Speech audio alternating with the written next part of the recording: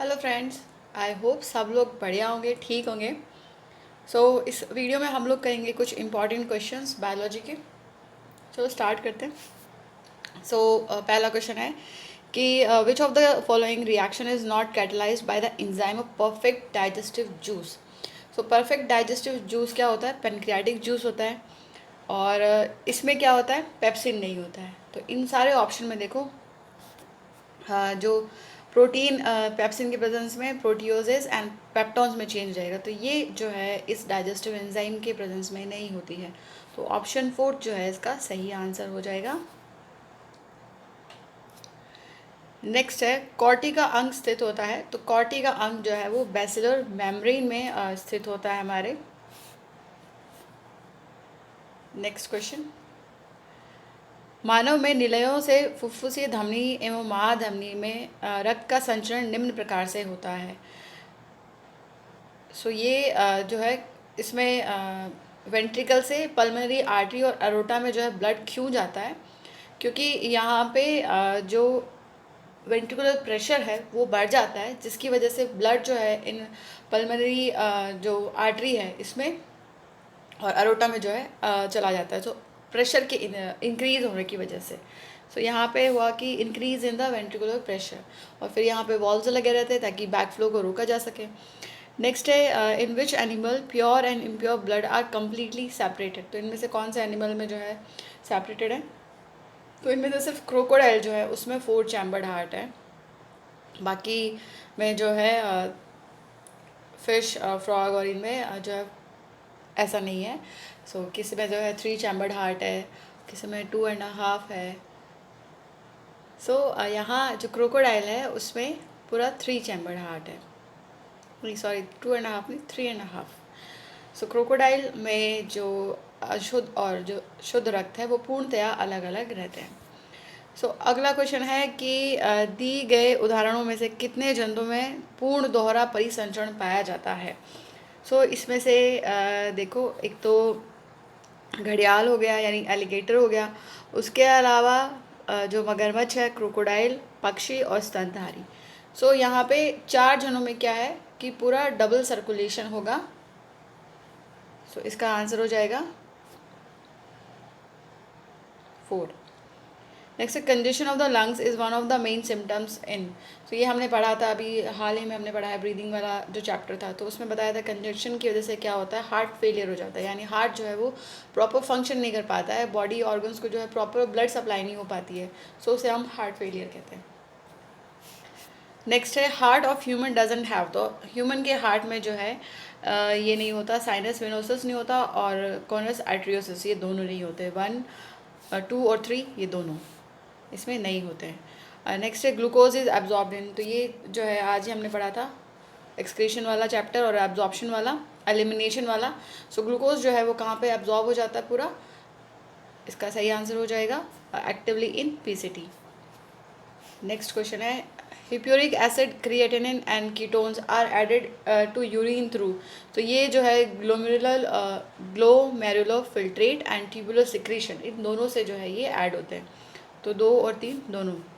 Next, which one is both osmoregulator as well as nitrogenous waste. तो इसमें से जो यूरिया है वो ऑस्मो रेगुलेटर की तरह भी काम करता है, और उसके अलावा ये नाइट्रोजनस वेस्ट भी है, क्योंकि ये प्रेजेंट होता है जो हमारा इंटस्टिशियल जो फ्लूइड है उसमें प्रेजेंट रहता है, और ये ऑस्मोलैरिटी को जो है मेंटेन करता है with NaCl। Next question, osmolarity of interstitial fluid is in cortex is. तो इसमें जो है इसकी ऑस्मोलैरिटी होती है कॉर्टेक्स में 300 osmo per litre. Next, which of the following is correct unit of productivity. तो प्रोडक्टिविटी की जो करेक्ट यूनिट है वो है calorie per metre square per year.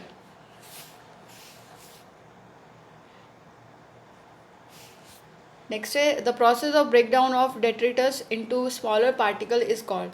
ये जो है अपरत के छोटे छोटे टुकड़ों में टूटने की जो क्रिया है उसे हम निक्षलन कहते हैं या लीचिंग कहते हैं। सो फ्रेगमेंटेशन होता है टुकड़ों में बट जाना, और ह्यूमिफिकेशन होता है, ह्यूमस जो है वो अपर जो है लेयर होती है सॉइल की, जो ब्लैकिश कलर की होती है, और ये बहुत फर्टाइल होती है क्योंकि इसमें जो डेड एंड डिकेइंग ऑर्गेनिजम्स रहते हैं और माइक्रो ऑर्गेनिजम्स रहते हैं। सो ये होता है ह्यूमिफिकेशन। और मिनरलाइजेशन होता है कि जो केमिकल कंपाउंड्स हैं उनका decomposition in organic matter. So ये होता है जो मिनरलाइजेशन है। नेक्स्ट है in if plant uses 6% of PAR then percentage of ISR plant is using. So plant जो है वो कितना यूज़ करेंगे, 3%। नेक्स्ट है स्टैंडिंग क्रॉप जो है खड़ी फसल को मापा जाता है कैसे, number of organism in a unit area, यानी उस यूनिट उसमें कितने number of organism and energy of organism in a unit area, नहीं sorry, mass of living organism in unit area, number of organism in unit area. इनसे हम energy जो है वो नहीं माप सकते, तो बोथ 1 and 2 इसका सही आंसर हो जाएगा। नेक्स्ट है some species regulate but only over a limited range of environmental condition, यानी यहाँ पे लिमिटेड रेंज इन्वायरमेंटल कंडीशन की, तो उसे हम क्या कहेंगे, तो ये जो होते हैं पार्शियल रेगुलेटर होते हैं क्योंकि लिमिट है इनकी। सो ये पार्शियली रेगुलेट करेंगे। नेक्स्ट है नीचे दिए गए विकल्पों में से निम्नलिखित में से कौन सा जो है वो सही है। सो यहाँ पे plant do not have mechanism to maintain internal temperature. Next है polar bear going into hibernation during winter is an example of escape of area. Next है desert lizard physiological ability to regulate. Next है success of mammals is largely due to their ability to maintain a constant body temperature. So इसका जो है सही answer हो जाएगा कि ए जो है करेक्ट है कि प्लांट में जो है वो इंटरनल टेम्परेचर मेंटेन करने की मैकेनिज्म नहीं होती है, और ये जो मैमल्स की सक्सेस जो है वो लार्जली इसलिए उनकी एबिलिटी जो है कांस्टेंट बॉडी टेम्परेचर मेंटेन करने की उस पर डिपेंड करती है। तो ए और डी जो है इसमें करेक्ट हो जाएगा। जो डेजर्ट लिजर्ड है उसमें फिजियोलॉजिकल एबिलिटी नहीं होती है रेगुलेट करने की टेम्परेचर, क्योंकि फिजियोलॉजिकल एबिलिटी होती है जो प्रेस्पायरेशन है, स्वेट है, उसके थ्रू जो है बॉडी का जो टेम्परेचर है उसको मेंटेन कर लेना, लेकिन ये जो है डिक्रीज़ करना बॉडी टेम्परेचर। सो ये जो है इसमें क्वालिटी इसकी है नहीं है। नेक्स्ट है for many taxonomic group species inventories are more complete in, यानी कई वर्गीय समूहों हेतु प्रजाति खोज ज़्यादा महत्वपूर्ण है, किसमें, ये जो है टेम्परेट रीजन में जो है वो ज़्यादा होती है। सो ट्रॉपिकल की बजाय टेम्परेट रीजन में ये ज़्यादा पाई जाती है। नेक्स्ट है contribution of India in global species diversity is. तो ग्लोबल स्पीशीज़ डाइवर्सिटी में हमारा जो कंट्रीब्यूशन है वो 8.1% है। विच ऑफ द यानी कि 8.1% जो स्पीशीज़ हैं वो इंडिया में पाई जाती हैं। नेक्स्ट है which of the following statement are incorrect among the given options. तो इसमें से कौन सा जो है वो सही नहीं है। पहला है conventional taxonomic method are more suitable for identifying microbial species. दूसरा है species diversity increases as we move from equator towards pole. तो ये तो जो है गलत ही है, देखने से ही लग रहा है।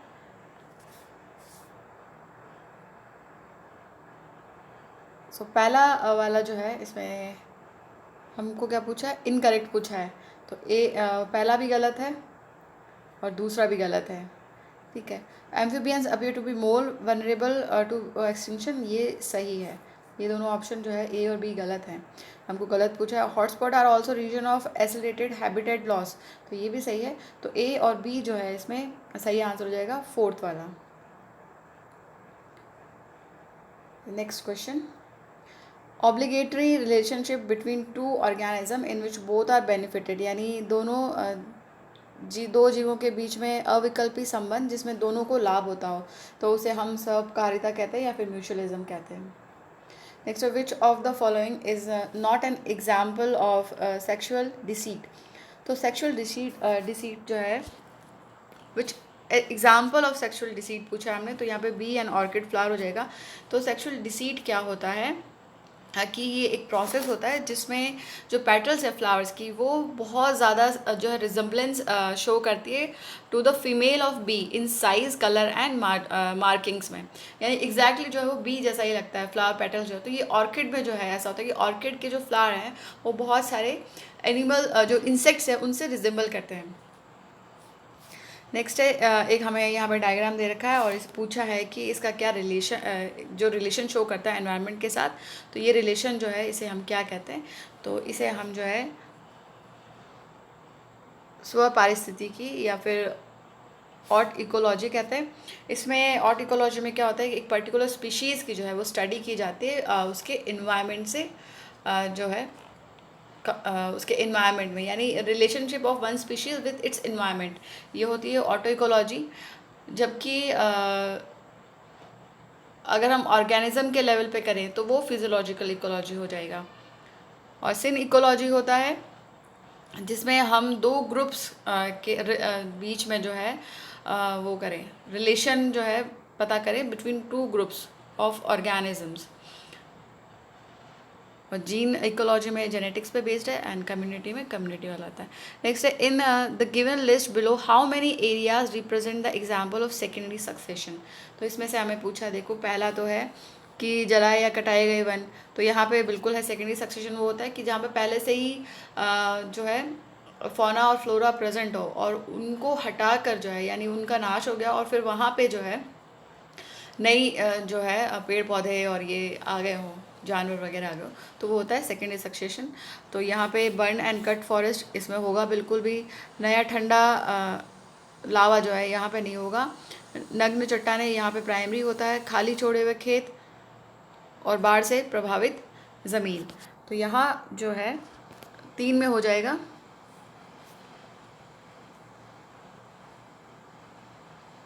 नेक्स्ट है और लास्ट क्वेश्चन है हमारे वीडियो का, what type of ecological succession would operate on newly created pond and burn और कट फॉरेस्ट। तो न्यूली अगर हमने नया जो है तालाब बनाया है तो वहाँ पे जो है प्राथमिक सक्सेशन होगा और जो यानी प्राथमिक अनुक्रमण होगा, और जो बर्न एंड कट वाला है उसमें सेकेंडरी होगा, तो प्राथमिक और द्वितीयक। सो ऑप्शन फर्स्ट इसका करेक्ट हो जाएगा। सो इस वीडियो में इतना ही, नेक्स्ट वीडियो में हम और क्वेश्चंस करेंगे, तब तक अच्छे से पढ़ाई कीजिए। ऑल द बेस्ट, अपना ख्याल रखिए, थैंक यू।